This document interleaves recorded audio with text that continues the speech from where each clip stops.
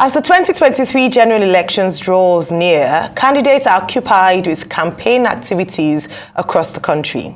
Speaking in Lagos yesterday at the Nigerian Institute of International Affairs, platform for 2023 presidential candidates with the theme The World of Nigeria and Nigeria in the World.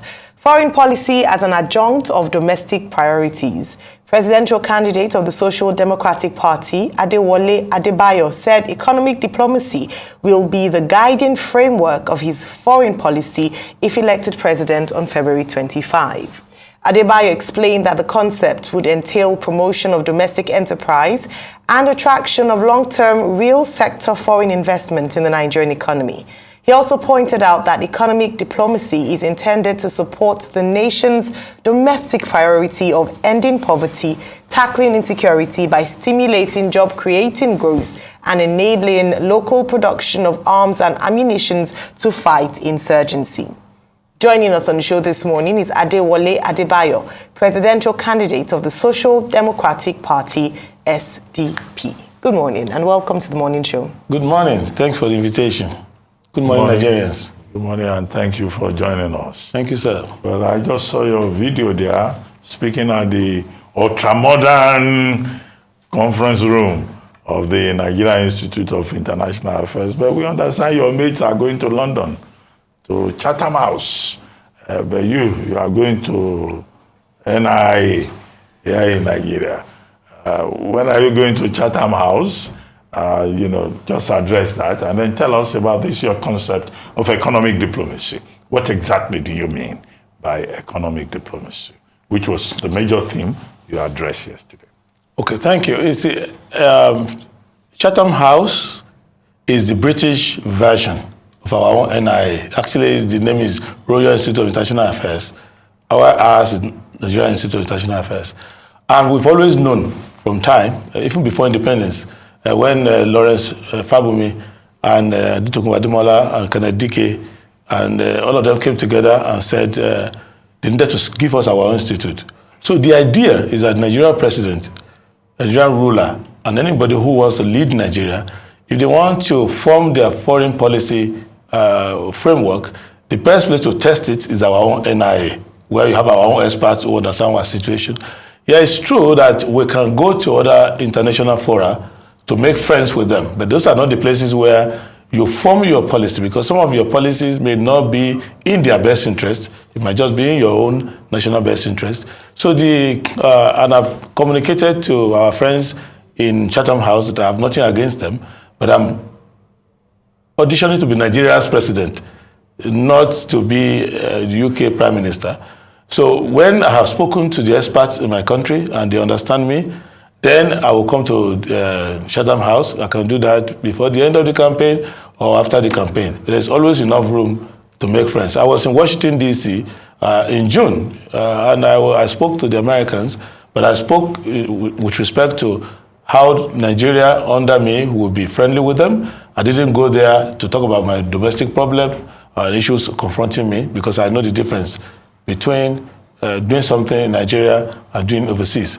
Now, with respect to economic diplomacy, this is, we have gone through a bit of metamorphosis from non-aligned movement to this Gambari's 4 concentric circle. We must remember Nigeria and our neighbor, West Africa, as our second home, and then our third sphere of influence, the rest of Africa, and then we can deal with the rest of the world.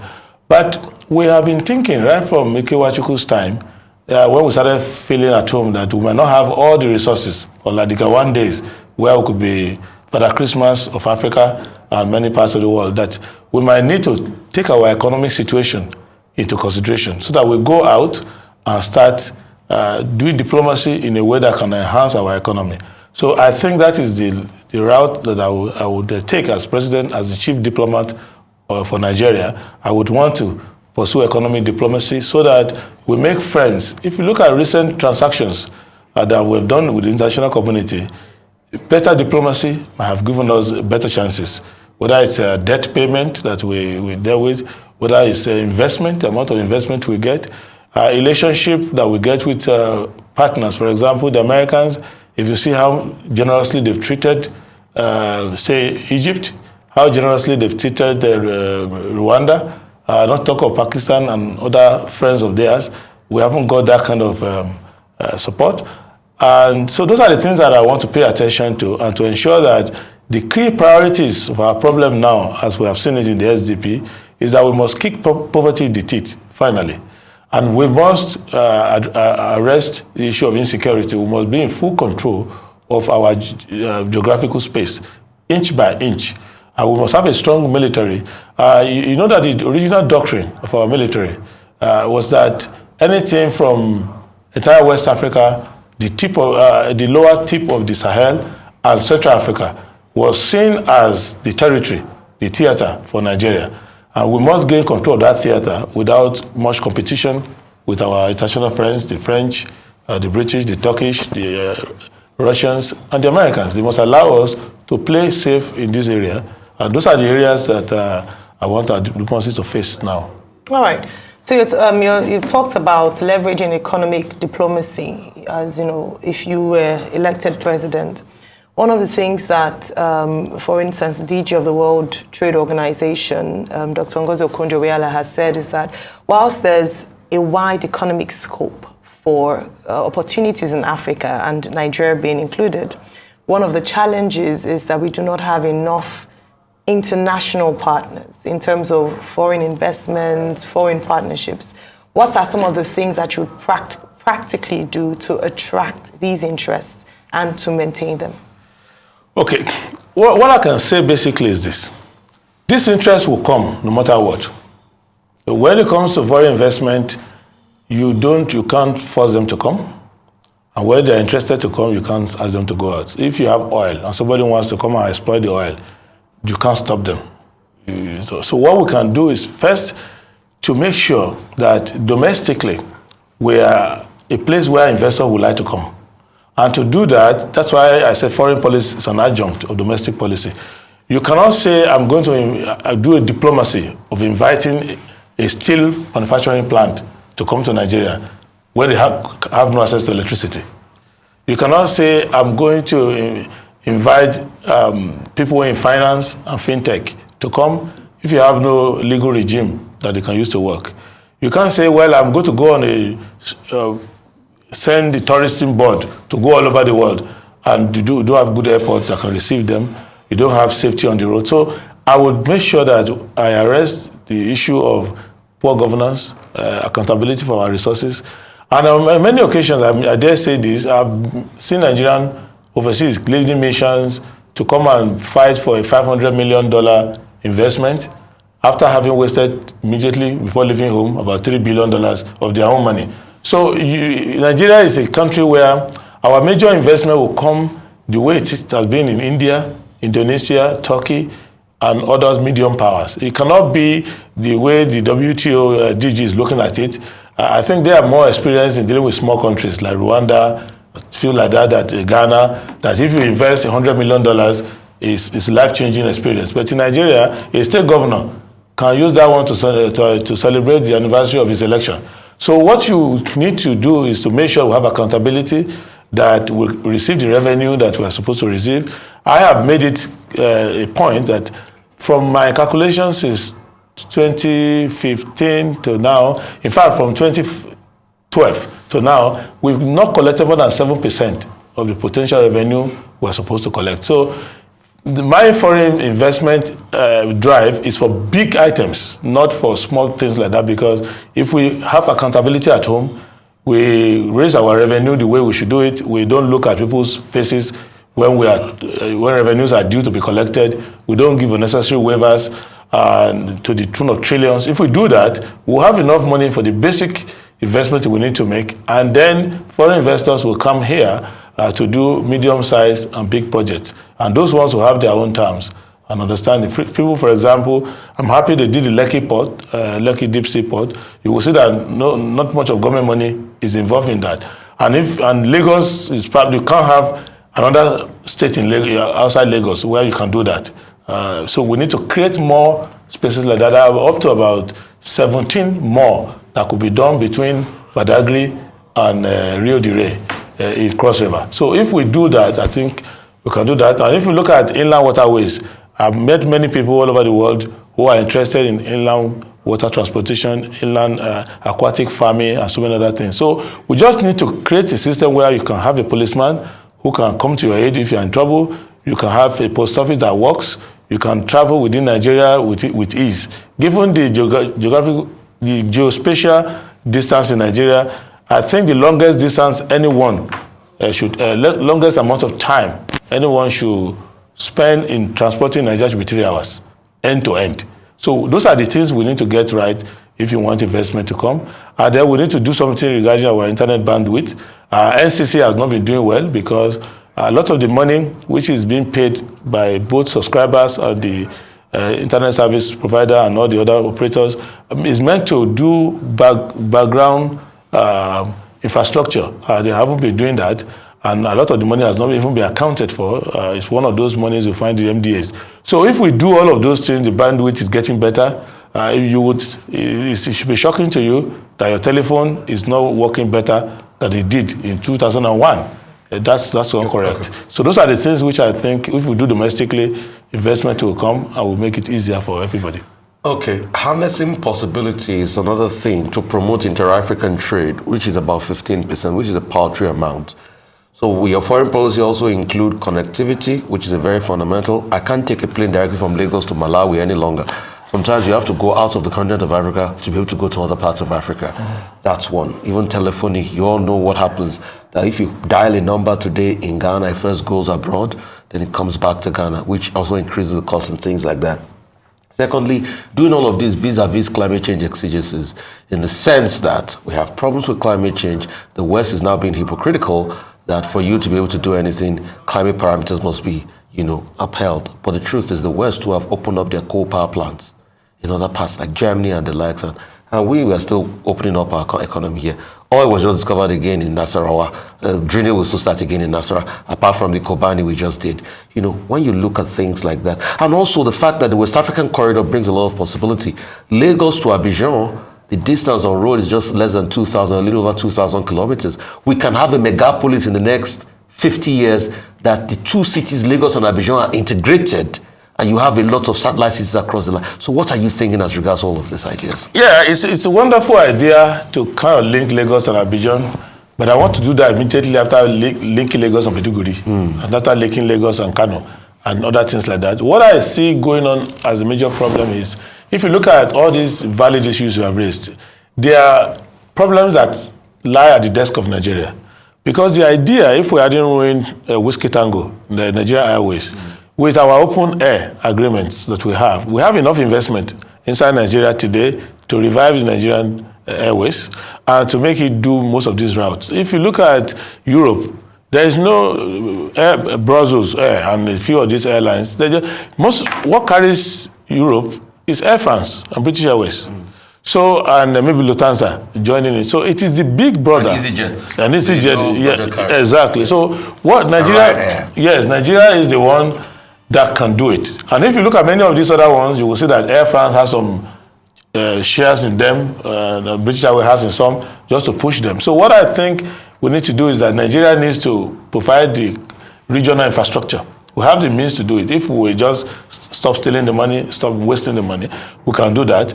Then once we do that, for example, you see that many of our banks are all on these African countries now, and they're in the countries and they don't mind them being there. They wouldn't mind our airlines being there. If we extended our rail line from Lagos, if we take it to Togo, Lomé, they won't mind. But if you look at the infrastructure that we agree with ECOWAS, the superhighway, you will see that even though they are less endowed, they build their own side. We are the one coming last in building our own. If you look at the Lago Dam that we agree with Cameroon, they build their own. We are the one who haven't built our own. So our foreign policy in the African continent is just almost like 85% our domestic policy. But it's outside Africa, the fourth ring of Gambari's and Adeniji's circles, is that outside Africa, our foreign policy must be narrowed down to two beneficial things. One, that they concede to us this West Africa, Lower Sahel, and near Central Africa as our theater, so that they don't come and destabilize us here. We need to have that out of context. 2, we need to... Probably that's why Professor Kim was talking about the bomb.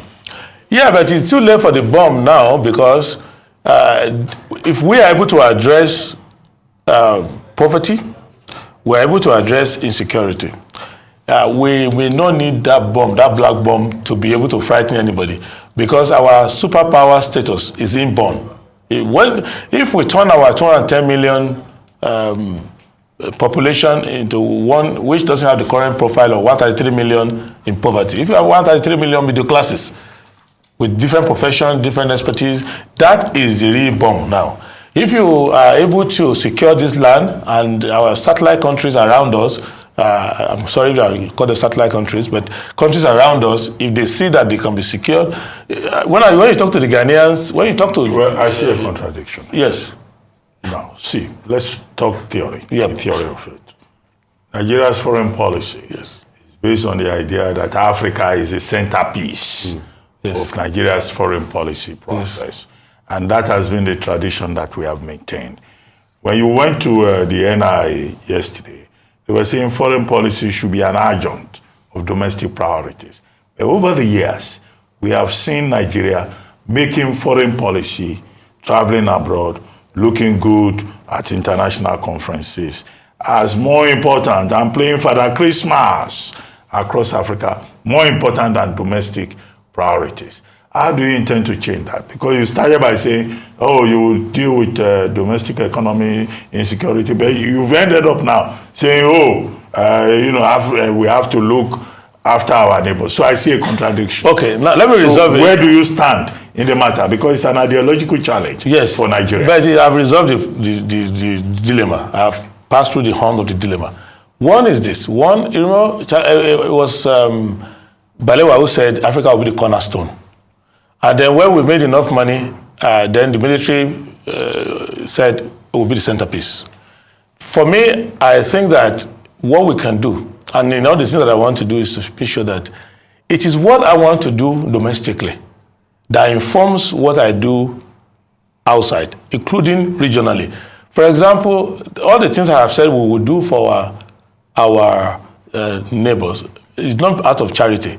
It's because we need to take full control of the theater. For example, we don't have peace here. We will be promoting peace in Africa. No, contradiction. No, what they were doing with respect to promoting peace in Africa was on the assumption at that time that we had peace at home, because at that time you couldn't have civil war in Chad without we saying stop that, and they will stop. You couldn't do anything in West Africa without listening to us. We were able to tell it. Liberians, so cut it off. We did something in Sierra Leone. But because we weaken ourselves domestically, our ability to effectively discharge this obligation overseas was weakened. At the same time, we did not want to admit internationally that we were not able to play this role. So what we have now decided we can do is as follows. One, while we are removing poverty and insecurity here, which is majority of my effort, there's a link between what happened regionally and our security. So for that reason, if people are coming from outside our region to try to play a role in regional security, in fact, some of them started saying that they can even help us in playing that role, thereby displacing us. I realized that no, we can't allow that to happen. So it's in our own national interest to see that this theater that belongs to us by right is maintained. And to do that, strong armed forces at home, strong defense policies at home, very sound and well-articulated doctrine for our regional security. Once we do that, then the services which our neighbors require of superpowers, they can come to us. We can stabilize it. So that is very important. For example, it shouldn't come to a point where Gambian officers will not come to Kuru Dips anymore. They won't come to Jaji anymore. They won't come to ND anymore. We cannot allow that to happen. So we have to let that happen. Yeah. Thank you, Prince Adewole Adebayo, for coming. Unfortunately, we're out of time now, but thanks for spending your morning with us on the morning show. Thank you.